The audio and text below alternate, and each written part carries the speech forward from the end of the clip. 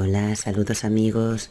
Desde tiempos inmemoriales, por todos los rincones del planeta se han propagado múltiples leyendas, historias contadas por expedicionarios, arqueólogos o personas comunes que aseguraron haber tenido algún tipo de contacto con gigantes. Pero todo lo relacionado con estos gigantes que habitan entre nosotros es ocultado a propósito, formando parte de los expedientes secretos. Una información que nunca debe ver la luz. Una prueba de esto es lo que sucedió a Andrew Dawson después de haber logrado grabar a un gigante situado sobre una montaña. El día 9 de abril de 2002, un vídeo de Andrew compartido en las redes sociales se hizo viral. El vídeo alcanzó los 6 millones de reproducciones y casi medio millón de likes. En él se le veía conduciendo hacia una montaña situada en un parque nacional de Alberta, en Canadá. Cuando Andrew se acercaba a la montaña, logró observar una forma humanoide que se encontraba encima de la misma, asegurando que se trataba de un gigante. Por este motivo fue acosado por miembros de la CIA, los cuales vigilaron el área de la montaña con helicópteros. En uno de sus vídeos se pueden ver a dos helicópteros que, según Andrew, transportaban algo. Pero luego, de manera inexplicable, Andrew dio un giro de 180 grados a su versión, haciendo un vídeo en el que aseguraba que todo lo que había contado acerca del gigante en la montaña había sido falso. Pero por su expresión y postura, con las manos en los bolsillos y mirando de manera constante hacia el lado izquierdo, resultaba muy intrigante. Y 10 días después de esto compartió otro vídeo en donde se le veía nervioso y con un semblante preocupado, diciendo que probablemente no volvería a subir más vídeos. Dijo así: probablemente no me vean publicar de nuevo, mis vídeos no son falsos. Esta declaración dejó a todos aún más confundidos de lo que ya estaban.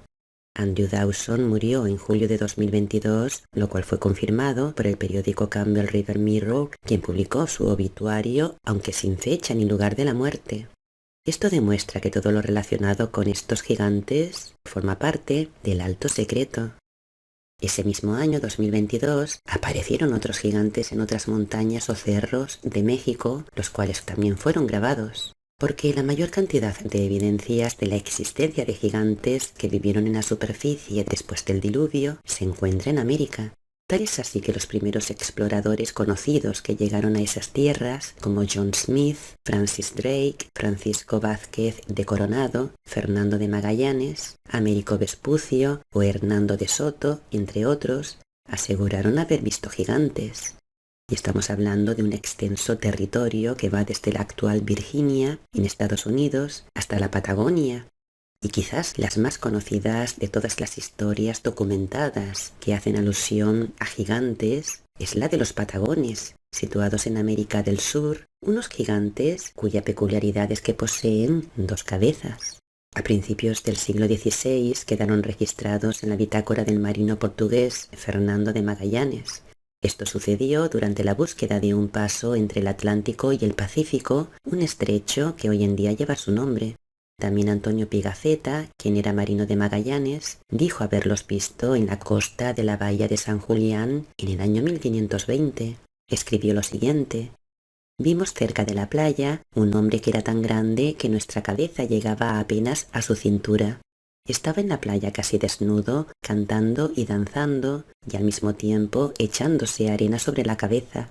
Este hombre era bien formado, con el rostro ancho y teñido de rojo, con los ojos circulados de amarillo y dos manchas en forma de corazón en las mejillas. Sus cabellos, que eran escasos, parecían blanqueados con algún polvo.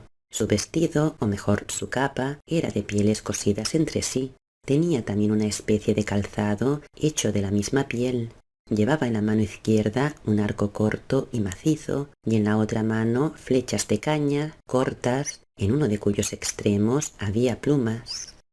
Tan importante fue el encuentro con estos gigantes, que después de esto los primeros mapas del Nuevo Mundo en variadas ocasiones adhirieron la etiqueta de región de los gigantes para describir esta zona. La existencia de los Patagones también fue confirmada en el año 1579 por el capellán del barco de Sir Francis Drake, quien informó haber avistado a estos seres de gran estatura. Pero la mejor prueba que existe sobre estos gigantes de dos cabezas son los restos de uno de ellos, llamado Cap d'Oie, los cuales descansan en un museo de Estados Unidos. Sobre la fortaleza de estos gigantes, José de Acosta, un jesuita que desembarcó en América en 1571, escribió en su Historia Natural de las Indias que los chichimecas, pueblos originarios que ocuparon parte de México y llegaron hasta Potosí, eran gigantes que arrancaban las ramas de los árboles como nosotros ahora deshojamos las lechugas. Por este motivo fueron considerados peligrosos. Algo que refleja el jesuita ecuatoriano Juan de Velasco, quien en su Historia Antigua del Reino de Quito, de finales del siglo XVIII, destacó que Manta fue a principios de la era cristiana el teatro de la espantable raza de los gigantes. Pero es en el norte de América donde se ha encontrado la mayor cantidad tanto de esqueletos de gigantes como de documentación que valida su existencia en la superficie después del diluvio. Una de las historias relacionadas con gigantes en los Estados Unidos involucró a George Washington cuando éste todavía era general de la corona británica durante la Guerra Franco-India que terminó en 1763. Washington estuvo al frente de la construcción del Fuerte Loudo, un fuerte que sirvió para proteger a los pobladores del ataque de los indios gigantes, algo que era muy común en aquella época. Cuando los trabajadores cavaban para colocar los cimientos del fuerte que les protegería de estos gigantes, descubrieron una serie de esqueletos que poseían una longitud superior a los 2 metros. Fue esta raza de gigantes, descendientes de los antiguos Nefilim, quienes gobernaron el antiguo Egipto, lugar donde se han encontrado suficientes pruebas que demuestran que algunos de sus faraones eran de enorme estatura. Este fue el caso del faraón de la segunda dinastía, Khase-Kemui, quien vivió en el año 2600 antes de nuestra era, reinando por un periodo de 48 años. Otro gigante fue el faraón Seti, según figura en la lista real de Abidos, en donde este faraón es descrito físicamente con una estatura de 2 metros y 44 centímetros. Pero la prueba que demuestra la existencia de estos gigantes en el antiguo Egipto es la gran cantidad de ataúdes de enorme tamaño que han sido encontrados, como es el caso del ataúd de alabastro de Seti I, el cual mide 2 metros con 84 centímetros de largo. En el complejo en el que reposan sus restos aparece la pintura de un gigante que claramente posee el cráneo alargado. Una peculiaridad que también comparte Akenatón, hijo del faraón Amenofis III y también conocido en la Biblia con el nombre de Moisés. E iguales características muestra la esposa de Akenatón, Nefertiti, tal y como aparece en muchos grabados, en donde se la representa con una enorme estatura y el cráneo alargado. Por su parte, el padre de Moisés, Amenofis III, aparece representado como un gigante en los colosos de Memón, que son 2 gigantescas estatuas que se encuentran en la ribera occidental del Nilo frente a la ciudad de Luxor, que es la antigua Tebas. Las 2 estatuas gemelas muestran al faraón con las manos reposando en las rodillas y la mirada dirigida hacia el este, en dirección al río Nilo y al sol naciente. 2 figuras de menor tamaño, situadas junto al trono, representan a su esposa y a su madre, que era la abuela de Akenatón, Moisés. Fue Moisés quien envió espías a la tierra de Canaán, tierra de gigantes, antes de conquistar la tierra prometida. En la Biblia, en un pasaje del libro de Números, se relata el momento de la conquista israelita de Canaán. Podemos leer lo siguiente. Cuando Moisés envió a los espías a la tierra de Canaán, regresaron con la noticia de que allí habitaban gigantes. Estos gigantes fueron avistados primero por los 12 espías hebreos que fueron enviados por Moisés, 10 de los cuales dieron luego un reporte de lo que vieron que causó pánico entre el pueblo, porque afirmaron que estos gigantes eran descendientes de los Nefilim antediluvianos y que en comparación los hebreos eran como langostas a su lado. La prueba de que los israelitas combatieron contra ellos para apoderarse de su territorio aparece reflejado en la Biblia en el capítulo 2 de Deuteronomio, en donde se menciona a Og, rey de Basán, cuya cama de hierro era de 4 metros de largo y 2 de ancho. En el relato bíblico se dice que Israel derrotó a Og porque únicamente él había quedado del resto de los gigantes. Pero sin duda alguna el más famoso gigante de la Biblia es Goliat, perteneciente a la raza de los filisteos, cuyo relato simboliza el triunfo del pueblo israelita sobre esta estirpe de gigantes que habitaba en la tierra prometida. Fue así como pudieron hacerse con ella. Estos gigantes que tenían dominados a los seres humanos eran adoradores de Baal, un Anunnaki también conocido como Enki, quien era el mayor enemigo de Yahvé.